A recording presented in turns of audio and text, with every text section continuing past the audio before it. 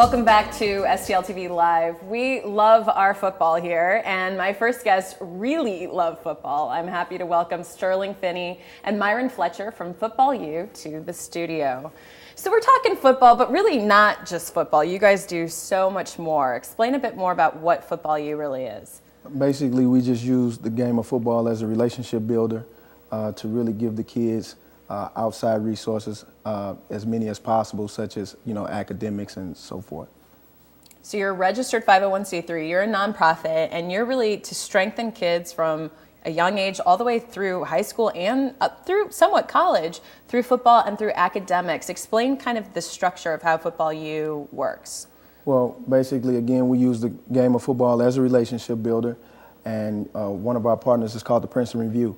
And so what they come in and do, if your kid is struggling with the ACT, they can come up with a strategic plan to help the kid score higher on the ACT, in turn helping the kid get in school. Okay, and so if as a parent, if I want to enroll my son in football, in the program, is it classes, is it workshops? What's kind of the day-to-day schedule for the organization? Well, the training is an individual entity, but you can enroll in the academic piece through the Princeton Review or through us.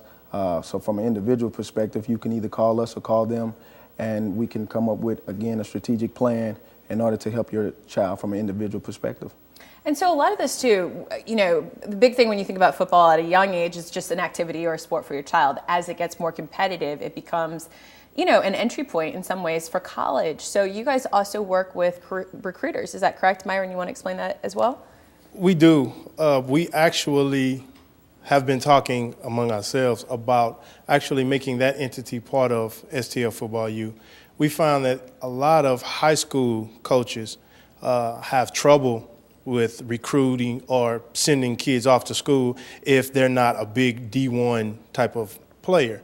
And so the connections that Sterling and our third entity, Brandon Gregory, has is that they have those small school as well as big time school connections, and kids that aren't quite Division I prospects that fit the prototype of a Division I prospect.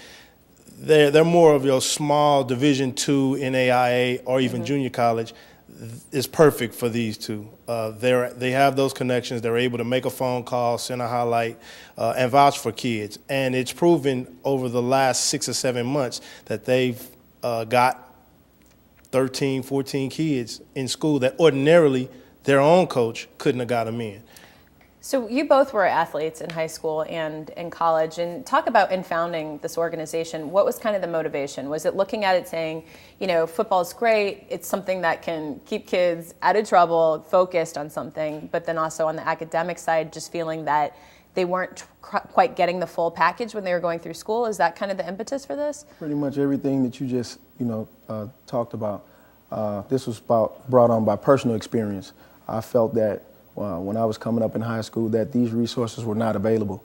And so when I would reach back and look at some of the kids, when I would come for break, I would follow a lot of the kids, big name kids, and even kids that, I would just go to games and different things like that. And I would realize that these kids will fall by the wayside in terms of not being able to transition to college just because of the lack of resources. So, we came together and tried to figure out a way to help these kids with a resource that would help them transition into college. And I like and I'm going to reference this when we were talking before we started taping, that it's not just, there's the academic side, there's the football side, but Myron, you were explaining something to me about the emotional side and sort of social skills, which are so appreciated and underrated sometimes when we look at students, because that's actually, in a lot of ways, what can carry you through even when you're older to get a job. And so explain that aspect and how you work with students with that. Well, we found, and if you just look at ESPN now, you can tell that there are big-time pro athletes, collegiate athletes that can't handle their emotions. They don't know how to handle adverse situations. And so that, in turn, is a detriment to them. And so we have in place right now what's called the championship mental training. And it deals with the academic aspect, the social aspect, the intelligence aspect, as well as the physical element of our organization, of a kid, training a kid. And so we deal with the social. How do you relate to people around you?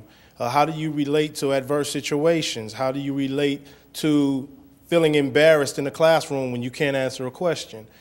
Do you go off on the handle, or are you able to tame those emotions and be productive in spite of? And so we know that we have top-notch athletes in Football U, but as well, we want to have individuals that can survive anywhere on planet Earth. Well, we're gonna take a quick break, but I want to pick back up on that because I know there was something that happened most recently with a professional athlete like that, and I want to come back to some of the programs that you guys are doing and what you're instructing and how you deal with that. So we're gonna take a quick break, but we're gonna have more from Sterling and Myron after we return.